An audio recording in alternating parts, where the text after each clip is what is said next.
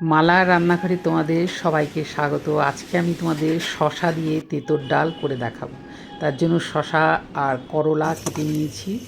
করলাগুলো ভালো করে ভেজে এদিকে আমি মটর ডাল ভিজিয়ে রেখেছিলাম। প্রেশারে এবারে সিটি দিয়ে দেবো নুন দিয়ে।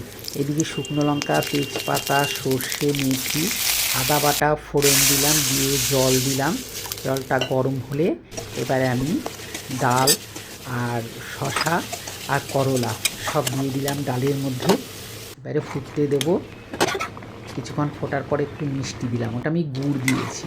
কাঁচা লঙ্কা দিলাম, দিয়ে খানিকক্ষণ ফুটতে দেবো। আপনারা খেয়ে দেখবেন শুধু। এদিকে আমি ঘি দিলাম, ঘি আর কারি পাতা। গরম ভাতের সাথে আমি আজকে বকফুলের বড়া করেছি। এর সাথে ডালটা আমি সার্ভ করে দিচ্ছি, আপনারা শুধু খেয়ে দেখবেন। মটর ডাল দিয়ে আমি এটা করি।